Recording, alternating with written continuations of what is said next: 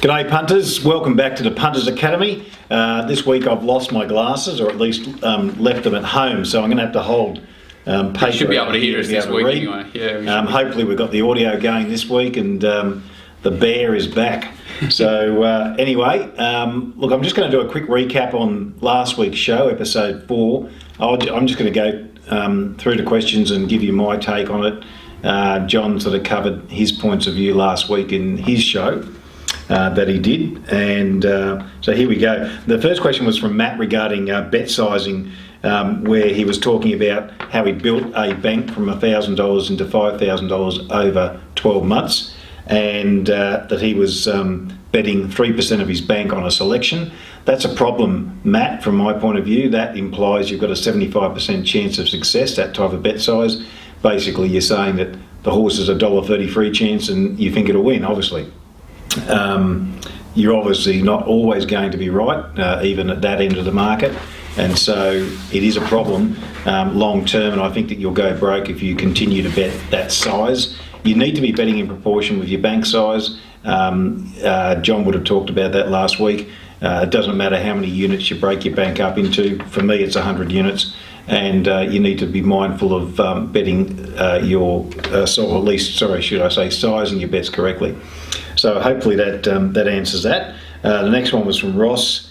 He was wanting to know how we go about overseeing races or looking at races and whether or not we can quickly sort of look at a race and pass it up in a couple of minutes or so. John gave, once again, your ideas about that. Yeah. And from my point of view, I use tools like, for a better word, systems, or an automatic process that helps me scan races for races of interest that I'm sort of going to take a closer look at, but I still manually go through a number of other races and determine whether or not there's a bit of meat on the bone or potentially meat on the bone for me to play with. But that process normally takes more than, as I say, a couple of minutes. To get a feel for the race, To get a feel for the race. I mean, you obviously want to feel like when you first look at the horses and you look at the horses engage, you think to yourself, oh, look, there's a bit of an edge here, or there's a bit of an angle here, which I think I can exploit. I'm going to get into it in more detail. Yep. The next one was from Sean regarding pricing markets and how to determine the success of those markets. For me, it's all about, I suppose, long term. If you can get your market somewhere near the SP, then you're doing extremely well, and that tells you that you're pricing the horses correctly, both in terms of distribution and obviously the chances. Irrespective of whether the top pick wins or loses, it's a matter of getting those key runners right. And not making a massive mistake on one of the favoured runners or one of the key runners in the race. If you're $4 a horse that starts, say, $5.50, then that's pretty good. If you're $12 something that starts $3, then that's a problem. Especially if it wins and it's justified why it won. Exactly. So as long as you're not making big mistakes with some of those more fancied runners, and obviously that's and that might be a first starter or something crazy, which is out of your control. But if it's if it's justifiable, you can go back through and make a reason for it. Then there's an issue. I think with first starters, the best thing to do is treat them as market horses, and that's what most of the syndicates do, most of the robots do. And obviously there's some intel there with trials and barrier trials, and you might be able to sort of get a bit of an edge there and maybe price it a bit shorter than the market, but you don't want to be probably too far away from what the market's telling you about those first starters. Obviously keep an eye on Betfair late and fluctuations and so forth. Next one was from Grant. This is the one I couldn't really get my head around, the terraced weight. Terraced, yeah. Yeah, did you... I tried. No, I just basically said that I'd never heard of it either, and we both sort of couldn't really get it too strong a grasp on it, but I just talked about body weight and how that would be good to have that as a tool, but the rest of it's pretty difficult to, one, sort of work out how you're going to track it, and two, if there's an edge there, I'd be keeping it to myself. Yeah. Because it's so hard to track, you'd be doing a lot of work. It is. Hong Kong, they publish the body weight of the horses and the changes from each run, so you can actually get that data. Knowing how to interpret it, of course, is another thing. I've done a little bit of work in regards to that, and I think that there is a bit of an edge there to be had. I don't want to talk about it too much, mate, because I think everyone's going to have their own opinion as to what that looks like. Yes. Other than that, Grant, I can't really help you on that one. The next one was from Luke regarding about our background and how we got into racing. For me, it was all about going to the races as a teenager with a friend of mine and his dad, often attending race meetings instead of going to school. So probably that wasn't the right thing to do, but it was one of those things. I fell in love with it. I had a small bet. It might have been $1 each way or 50 cents each way, whatever it was. It ran a place, and from then on I was hooked. I went through that typical Don Scott style weight rating school of reading all those types of books and publications, subscribing to newsletters, trying to get a handle on how I could sort of put my own numbers around what he was talking about. Having read Rem Plant stuff, pretty much anything I could get my hands on. And once the internet revolution came along, well, then that really accelerated my learning a lot. Speed ratings then became a bit of a discussion and sort of gained momentum from when people like Dominic Byrne talked about them, in the 80s through to the 90s and so forth. So speed maps, all those sorts of things. And now what you're talking about there, you can probably, with a bit of luck, access Dominic Byrne himself now through Twitter and things like this, which is incredible. He can, now. Yeah, and he's very giving of his time too, I notice. And and in fact, I would suggest that all of us in racing are willing to help. A lot more than the old days, that's for sure. I think like people like Dominic, probably, you're never going to get to his Colonel Sanders recipe, but he understands now that the game's pretty well educated and that, he's happy to help people a lot more than he probably would have been back in the day as well. Yeah, and when he was sort of obviously at the peak of his career in terms of betting and bookmaking and so forth. So because he was so far ahead of the curve, and he's probably hard to be that far. I'm sure he's still got a gap, but it's... Well, I think there's different types of gaps to be had now, isn't there? Yeah, There's the trip handicapping, and you can do that really well. There's obviously speed ratings. There's class and speed type hybrid ratings that Mark Reed sort of developed a lot back in when he started to sort of do what he was doing with his database. So there's so many different edges. Different angles, geographical areas, whatever it might be. Yeah, there's lots. Well, a lot of the edges I think that the bigger players had are dropped, so they're having to sort of look wider again. They're even having to change their own models, especially with commissions dropping and things that they'd be changing as well. It seems like everyone's sort of in a bit of a hybrid spot at the moment, where everyone's trying to find a new way to get around, the landscape changing and betting options changing and limits and things. So everyone's kind of got to move with the times or find a new game. So it's but it's good. It's good in a lot of respects. Yeah, and I don't think the fundamentals have changed since racing sort of came into existence. The fundamentals of obviously things like distance and class and weight and all those factors that are important.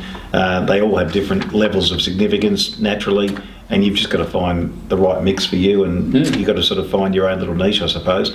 And it's only through trial and error. And lots of practice, lots of research, lots of reading. That's what I'm saying, like having the access to things that you wouldn't have had growing up, things I didn't have, coming through as well. You've now got all of that pretty much at your fingertips. I know there was guys in the chat room the other day talking about horse books about mounting yard, and they're all PDFs. You don't have to wait for them to arrive in the mail or try and track them down. They're all at the touch of your finger. Everything's there if you want to find it. And just absorb as much as you can. Yeah, there's lots of great books online. Obviously, if you haven't read Don Scott's books, go and get those if you can. Rem Plant's book, if you can get a hold of that, by all means, read that as well.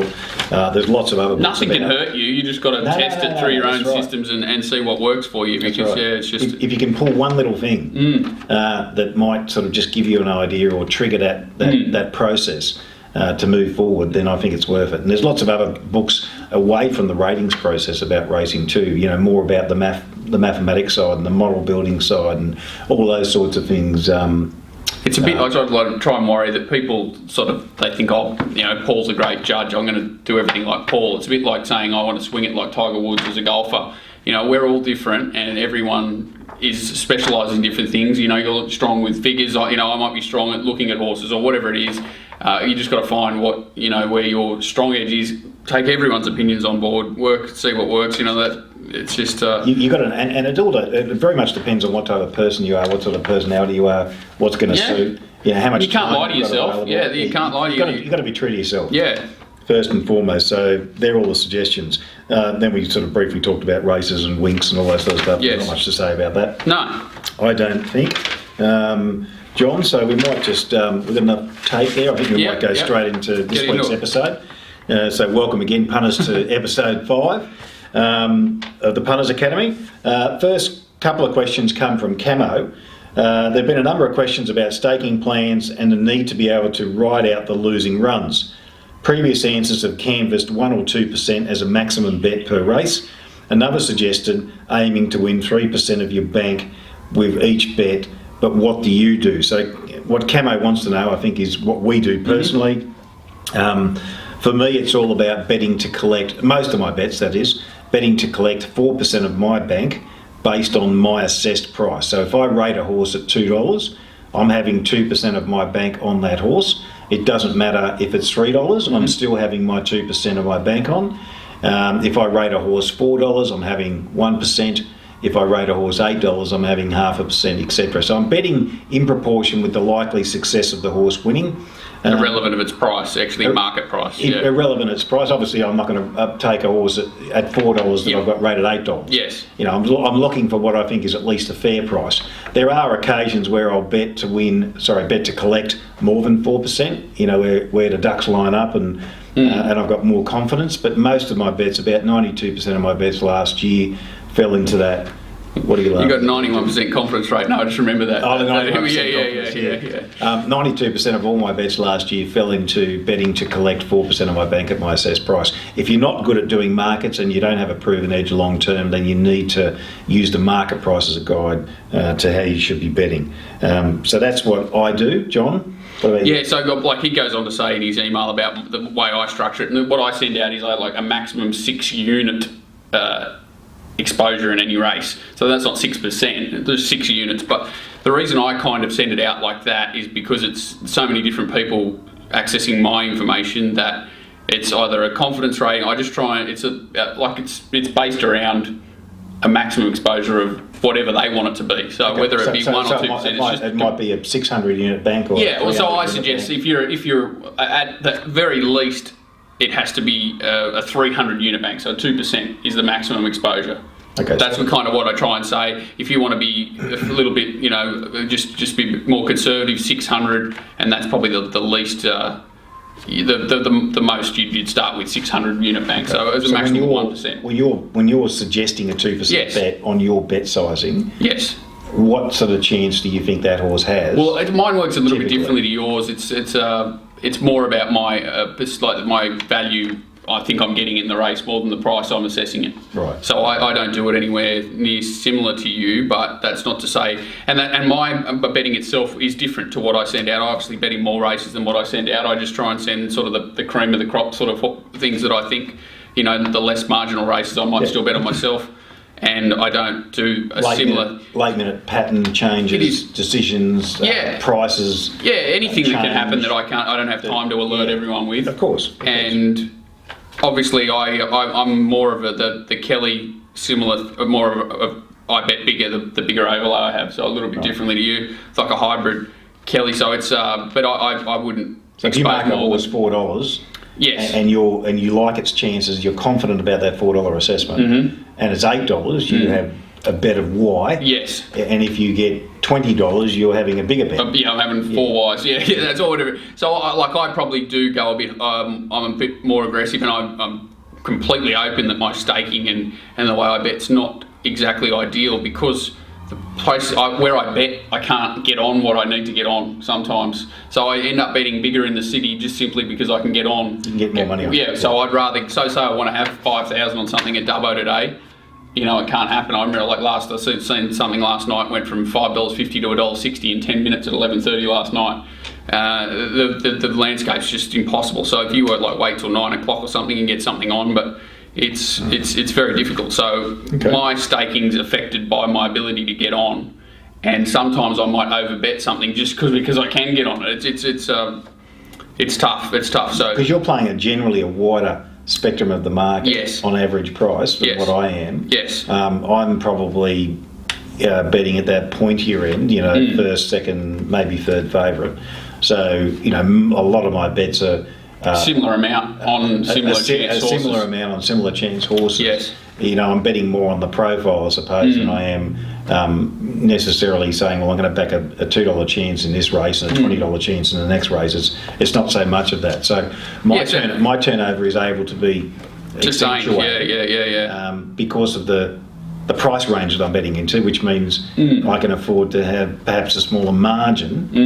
You might have a because you can turn over more than I can. Correct. Yeah, and even like where it comes to staking for sending out, I might have a horse marked $5 and it comes up 20s, and because I know that with people following, I can't have too big a bet on it because you know it's going to crush anyway, and then it becomes a nightmare. So I don't want to suggest too big a bet on these horses, even though everything I've been taught tells me to have a bigger bet on it. There's just no use. It's just a waste of time. They can't come back out enough to. So there's a few things behind the way I sort of suggest to other people, which is different to what I would do. And I interestingly have started calculating how I would be going off a similar model to Paul, and just trying to keep track of all my own markets and how they would have gone off a proportionate betting sort of model, and just trying to track to see how that works, because it's definitely a part of my betting. I can definitely improve extracting the most value out of each and every race. I could bet in more races betting your way, which is basically what you're saying. I don't, because I don't bet it down that bottom part of the market enough. So you got to find the right horse that you're comfortable with, obviously, that has the right credentials and so forth. But essentially, what you're saying is and to be consistent, you either have to have one of those two approaches. You have to have a Kelly idea where you've got a calculator set up that you punch your price and the market price. It tells you how much exactly to have on it for your bank size, or something like what you do, where you know your bank size and you're just having a percentage of that bank compared to your price. It's a fractional. What I'm doing is essentially like a fractional Kelly. Yes. Not exactly like Kelly, because Bull Kelly is way too aggressive for racing. Oh, bloody oath. Because the probabilities aren't absolute in terms of what they come up as. So a $2 chance is obviously not always a $2 chance. No. So you can't effectively employ a full Kelly scenario into your betting. It'd be way too much risk. But most of the bigger players who are doing a fractional type Kelly would probably end up somewhere between about a quarter and maybe a third Kelly. Some more. I've heard of some syndicates. This can be confusing. It's actually not that confusing when you read up on the Kelly criterion. Google Kelly criterion and have a read of it. There's probably a couple of calculators online. And you can just sort of play around with the prices and see what they come out at. Correct, and that's the only way you can probably be really consistent with how much you're having on. Unit sizes, like I'm suggesting, are just that. They're just a suggestion. They're my best, not guess, but best advice I can give to a broad spectrum of punters that are everyone from betting with a serious bank to betting with their couple $100 or $100 that they've got to bet with on a Saturday, and just want to have a play around. So it's not probably the best system possible. So by all means, like I'm trying to pass on my suggested prices now, which they can plug in if they want against market price. So don't be thinking that what I send out's the be all and end all, because it definitely can be improved upon. Okay, good. Next question from Camo was, how do you actually rate jockeys? Is it a slow-mo of what they do each 100 metres, or just a gut feeling of how they are rating the horse positioning, etc.? Camo, the process that we use is essentially looking at a range of factors, but one of the more prevalent ones is the actual to expected performance outcomes. So if Hugh Bowman rides 100 horses at $2.50, then I'm expecting him to ride 40 winners in total. So that's obviously a strike rate of 40% in tandem with actually the price in the market. If John Walter's riding $110 chances, I'm only expecting him to win around 9 or 10 races. So if he suddenly wins 20 and Hugh Bowman wins 20, then Hugh Bowman's taken over my right position as the best jockey in the country. You've taken over your rightful position as the best jockey, and you beat Hugh. So obviously these things change. We rate them dynamically also, which means that they change each day. And one of the most important attributes of our jockey ratings are that we normalise the jockeys that appear in different sources throughout the public sector, i.e. you could have Hugh Bowman, H.L. Bowman, J. Bowman, Hugh Bomar. There's all sorts of spelling errors and different references that are used throughout different publications and so forth. And the problem is that in Australia, you've got about 4 times the amount of jockeys riding, apparently, than what there are jockeys. So we use a dictionary type system that normalises them and says, if you're any one of these people, you're the same, yeah. You're this person here. So that helps obviously quantify the validity of the data and improve the actual stats that we're getting. And as we're calculating it on a rolling basis each day, dynamically backwards, then that actually provides us pretty accurate ratings figures to which to go by. I think you've got to actually consider jockeys as part of any data set. I've never seen a set of data that doesn't improve substantially with their application, but you need to be mindful of the fact that if you're pricing markets, you can't just suddenly say, well, this jockey's got 4 links on that jockey, because if you put that into a price, you're going to have one $1 and one it's too aggressive, 100 to 1. So you've got to put a percentage of what you think is the actual difference, and that's probably the art. From a science point of view, you can use our jockey ratings if you've got the software and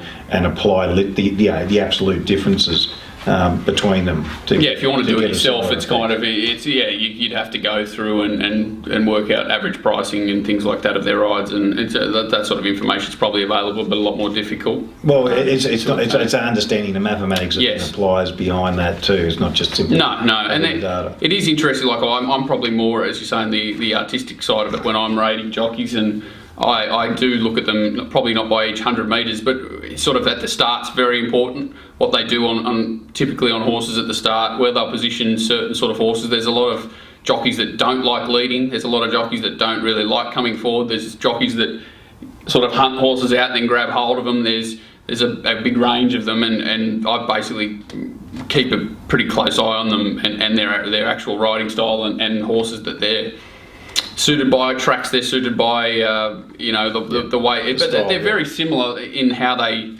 handle most horses at the start and in the finish. So there's jockeys that are really strong in a finish. There's others that are, really patient at the start and basically let races unfold regardless of what sort of horse they're on. They'll only lead on horses that are just one-dimensional horses. They won't lead at any other time.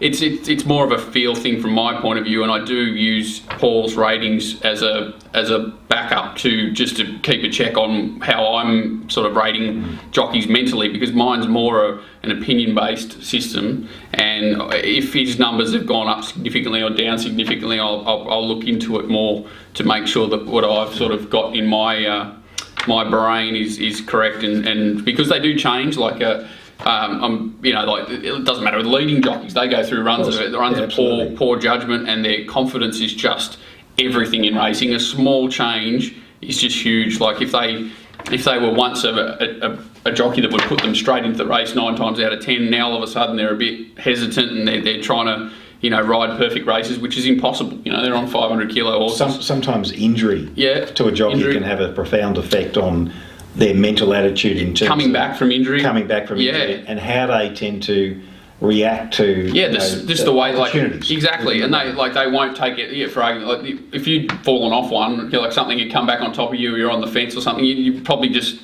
giving them an extra half a length. You're trying to race outside horses. It's just human nature. It's human nature. You're relying very much on their mindset in terms of the jockeys and understanding where they're likely to be in the run and how they like to ride their horses and their patterns.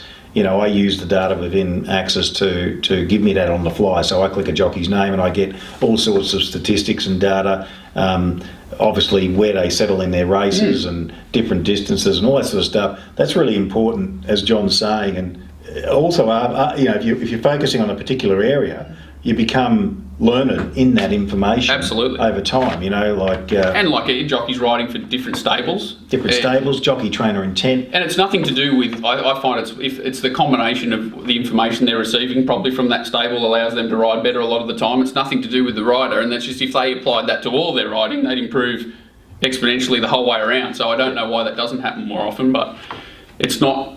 Like if I've got a good combination with you, it's usually because there's actually a combination going on there. It's not because there's a magical thing that your horses go better for me. It's because of it's a physical thing. It's just you and I are combining with good tactics, whatever it is, and that's more of a point. So it's actually interesting when a jockey's got standout stables. It normally means that's where they should be. and they're falling off for the other stables, so they're interesting to get hold of. Yeah, and all that stuff's available in the database, and you can sort of set it up to do your own thing and get that information out. So, good question. Good question. Great question indeed. Okay, so the next one was from Sean. How does Pariah's rating from Saturday compare to Minari's? Well, in a strict rating sense, Pariah went 109.6 on overall speed measures, and I'll talk about what that means in a sec. Minari went about 113. A couple of important things to note. Minari did its figure carrying about 9 kilos above weight for age for an early 3-year-old, and that's a terrific effort, what it did. In terms of the difference between the 113 and the 109.6, obviously those figures are overall time measures. They're influenced by pace and the pace shape of the race, but overall I'm suggesting that Minari's figure was probably around about 2.5 to 3.5 lengths better than Pariah's. So your 113 figure doesn't have a weight bearing? No, that's pure. This is pure speed. Okay. We haven't talked about my. Yeah. So you're saying that it's got it's got a gap on a speed figure, but you've got to enhance that even further. Well, you've got to enhance it on the basis that when you're talking about performance ratings, what Minari did, the conditions it did it under. Pariah had the pace shape to, and we're going to talk about this race a bit later, but basically, let's just say it was aided a little by what transpired. Yeah, solid tempo, it had a good ride, everything basically went in its favour that could that happen. But from a strictly a performance rating point of view, and my WQR ratings, which I oversee personally and produce, Minari's run is definitely superior. Pariah has got some improvement left, but then again, Minari I think can go to another level, and his figures demonstrated pretty much Group 1 talent from that win first up. So and his was 12. I think his was 11 as well, wasn't it? So they were both 11. Yeah, I think they might have run both very similar time. Albeit on different surfaces. Yes. So that doesn't mean much in terms of just comparing time against time from different just from a mounting yard point of view, it's interesting there too, because I know Minari was definitely had presented with much more improvement than Pariah, who it was publicly he was pretty close to the mark. Plus I think he was affected by the moving of the races. They'd brought him in a couple of weeks early to get him ready for the race a couple of weeks early, so they'd had to hold him up a little bit longer for this race, and he was definitely a little bit more ready to go. Not saying he doesn't have improvement in him, because it just naturally will improve, I'd say, than the stable usually, they improve with runs, but I would say everything to me points to Minari having a little bit more upside than Pariah on the run and physically, so it's... So that's basically, I suppose, a good summary, Sean, of where we see the two things. The next one is from Tony, who's one of our clients, so good on you, Tony. Enjoying the program, one of my clients, My question comes from episode 2 relating to backing 2 horses in a race. Should you Dutch book the 2 to make, say, 4% of your bank, or is there a different approach or strategy you recommend when coupling horses in a race? Look, if you're backing more than one horse, from my point of view, you're betting to collect, not win. There's a very distinct difference. It's a massive overbet if you're actually betting to win 4% of your bank versus betting to collect. If you actually do the figures and look at the deviation and so forth. If you're backing to collect 4%, then if you're backing one runner or 5 runners, you still employ the same methodology as far as I'm concerned. You're just simply covering more percentage of the market. John? Yeah, I agree with that. I agree with that completely. It's sort of the way I suggest to do things like that. I'd very rarely back them to win the same amount. I know what you're doing a little bit differently off your prices and things. It's just it's definitely not a set. I agree with what you said. Okay, so I hope that answers that, Tony. So we've got a late question here this morning from one of our followers on Twitter who previously emailed a couple of questions. He wanted to know if there are any particular tracks that we won't bet on. From my point of view, I don't have a fixed set of rules that says I won't bet on this track or I will bet on that track. It's more to do with, I think, the circumstances surrounding the day. Admittedly, when Eagle Farm was in play, I was very dubious about betting to full capacity because the track was just atrocious. I mean, it's all very well to suggest that it may have been a momentum track and you needed to be here or you needed to be there, but the reality is you had to get your horse there, and it just put an extra zero onto the wheel in many occasions. There were about 5 of them. Yeah, 5 zeros. Yeah. There were some very successful outcomes at Eagle Farm during its operation for us, but overall it was a track I was a little bit more concerned with, or a bit more conservative with, I suppose is a fair way to say it. In terms of on the day, I think if you do your form to a particular type of pattern or expectation, and there is a massive shift or a massive change in weather, climate, or the pattern that you're expecting, then it becomes really problematical to continue. And sometimes, not often, but sometimes it's better to jump ship and just save the ammunition for another day. John, what do you think? Yeah, I'm pretty similar. Like, I'll set up for every meeting everywhere. I've got no problem getting ready to bet anywhere. As soon as lanes pop up, unless it's a mad fence lane or like a leader, but even then it's a little bit dicey. But if I'll still go through race and probably bet on that meeting if it's sort of leader behind leader lane. So if it's a hard fence lane, it's not too bad to bet on. But when it's like you've got to be 5 and 6 off, or you've got to be down the outside fence, it becomes a day that's basically a lottery to me. And if I had a bet, I'd want him to be getting massive value about it. Otherwise, it's a day to put a line through. So I've got no tracks that I don't set up for, but I've got plenty of situations where, especially when weather and things come into play, or Randwick's probably the biggest typical, similar to Eagle Farm, where lanes have been coming into play, especially when it's wet. That I'll be very hesitant to bet too much early and want to have some sort of information to quantify what I was hoping before I'll step into the meeting. Otherwise, it could easily be a buy.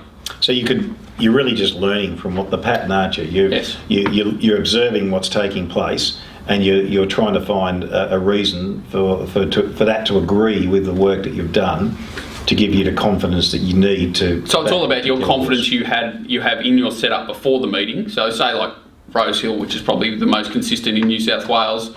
Normally you've got about a 90% assurity that the track's going to play within a boundary a fairly similar way. So you can be fairly confident in your setup for there. Whereas Randwick, you might be 10% rather than 90% confident, and therefore you'd have to have a big edge in an early race to have an early play. Otherwise, you'd be waiting for information from those races to give you a check mark before you step into the meeting. Yeah, that's fair. What about if it's the inside section's off and you've got a fairly wide but even range, so you haven't got necessarily this lane. You're still obviously happy to play in those situations. Yeah, like probably a little bit more hesitant, but still happy to play because it's not going to affect game plans, which changes everything. Anytime that it's so significant that you have to be there to feature in the finish, people will start doing changing horses, tactics, patterns, everything, and that changes shapes, changes everything, changes tempos. And the races become completely unpredictable. I don't care who you are or who you think you are. If you find those winners, you've had plenty of luck. Doesn't matter who you are at the end of the day. Anyone. Except, as you say, maybe towards the inside. Yeah. It's just unless if it's a hard fence, if you've got there's sometimes there's just horses that are going to dominate. They're going to find the front. Doesn't matter if other horses try and change their tactics. They can't beat you. They can't beat that horse for speed or whatever. There was a good example a few weeks ago, that Super 2. When it had the mad tailwind, it just had to lead because it was the fastest horse by, and as soon as it had the favoured conditions, it was always going to press, and it was just a perfect. They ran very fast overall time in that race, and on our system it was actually picked up as an abnormal time. Yes. Because it was just off the chart. Yes. In terms. Paper does the same thing in the Concord Stakes this week with lovely Tim Clark aboard. Yeah. Good luck to him. Good on him. Okay, so that's pretty much it as far as the questions go this week. We're going to talk about a couple of races from last weekend. John, we're going to start off by chatting about the Ming Dynasty, which was race 6 at Rose Hill. What are your thoughts on that? So my key to wanting to talk about this race is I think this is a really strong lead up for the Golden Rose this year, and mainly because I like looking at the other race of the day, San Domenico, and the winner from a few weeks ago with those two that we talked about, Pariah and Minari. Yep. Neither of them are actually been tested at 1400 and shown that they can run it out strongly. I think Minari had a crack at it, but the wet tracks were around then, and you can be forgiving of it, but you don't know whether he's actually going to run it. And the key to this race is that these horses are already now tested at a solid 1400. Yep. They'll probably step up to a 1500 in the Stan Fox or something similar in a couple of weeks, and then go into the Golden Rose. So these are the horses that are going to be strong in a testing 1400 metres, which the Golden Rose is most likely to be. So the leader here, or the winner, is Addictive Nature. It's led, absorbed pressure, over raced because the horse outside it got it going. It's kicked away and won. So it runs a strong 1400 metres. It's got the as good a tick as you can possibly have. It's been softened and still found. And it's funny. A lot of people will look at a Assimilate's run and go, "Oh, that was the run." Yes. Yeah, well, and funnily, it was a good run. It was a good run because it's so hard. If he had have come up inside horses and got to the middle and run second, I would have said Millie Penn Assimilate. I would have said, well, he doesn't run 14, but he's come widest. He sustained a run. As long as if they were actually slowing down at the end, it's only a pretty even tempo. But Nature did a good job. But yeah, he did a better job for me on the day, and you know that he's adaptable. Like, he can race anywhere, whereas Assimilate looks like he's a one-dimensional type. And no knock on him, his effort was good, but Addictive Nature was better. And there's other, there's not too many in that race will probably catch up to those two. They were pretty dominant. But I do like them going forward to a race like the Golden Rose at the moment, because they at least have proven they're going to run that strong 1400 out. Yep. And the race was a decent enough quality to say that, that if with a bit of improvement they can be in the finish in a race like that. In terms of that rating, we talked about Pariah already. Overall, it went about 1.3 lengths above par on the weekend. The pace shape definitely suited the winner. They went about plus 3 lengths to the 600 metres and minus 1.5 home. So that positive-negative split, that pace shape, definitely helped horses running on. It was a terrific ride by Blake Shin. Outstanding ride. Got the horse into the right spot and tracked up and just made that cheap ground, presented the horse at the right time. And exactly how you'd want a horse ridden first up if you want it to continue to go on. Especially in that type of speed. High pressure race, yeah.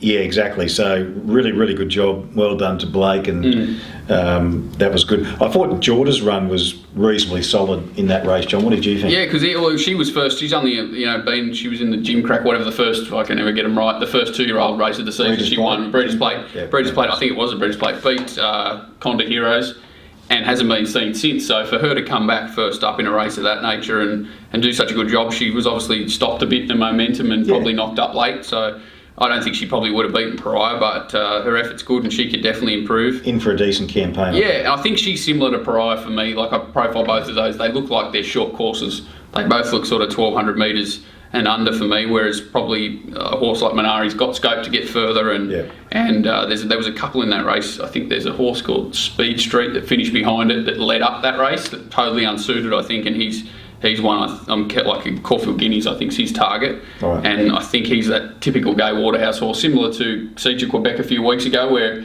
he wasn't suited leading an 11. Came back in distance. Yeah, that's right. And Speed Street's that similar. He's going to be a miler that once he gets to the lead over a mile, that's when the Gay Waterhouse polish will really come to the fore. So and Gay's got a really good track record of being able to step those horses up in distance and get them to actually seemingly improve of what they're doing. Well, it's interesting to say, like, the Runaway dropped back in trip in the race we talked about, similar to, and the jockey just got off and said these horses, in the Ming Dynasty on Saturday, it was, I think it went 15.50 back to 14, and she got off and just said he just wants miles further. So while she's done it with a horse like RB at Sam, who's absolutely flying, as you say, Gay's much better at getting them to progress up in trip consistently and continue just to run through the line rather than dropping back where sometimes they're a little bit dour.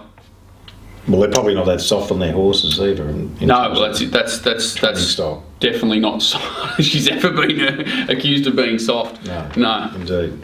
So that's. Is there anything else you want to add? No, not from that race. No, that's great. Okay, so I'm going to talk about the Moonee Valley quality handicap over 2,040 metres on Saturday.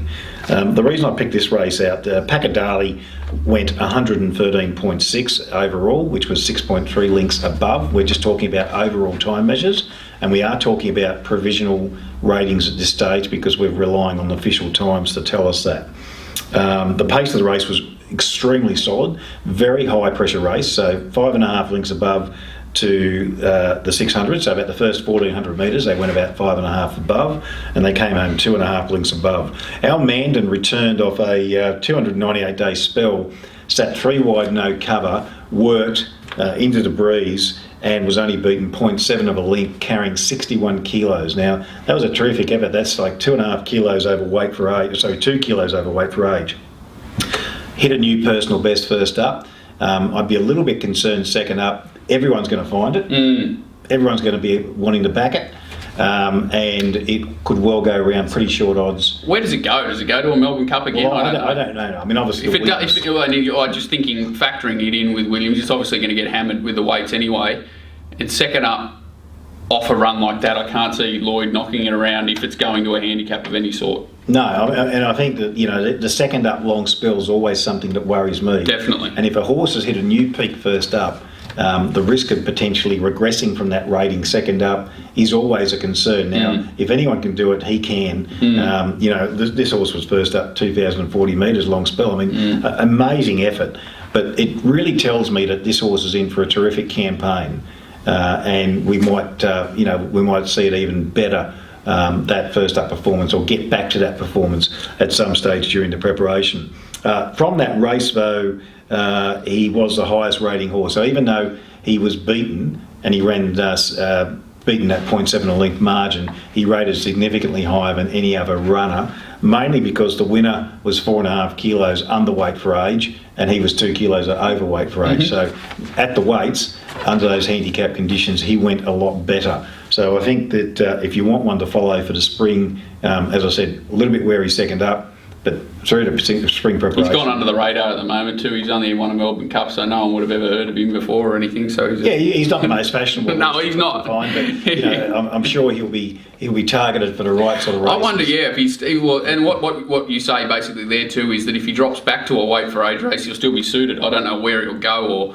It's just, it'd be interesting to see. Like off a 2,000 metre run first up, I'm not sure how many set weights for races he can be attacking, but it'd be interesting to find out what his goal is, because it'll affect sort of his next couple of runs, I think, just from that sneaky camp.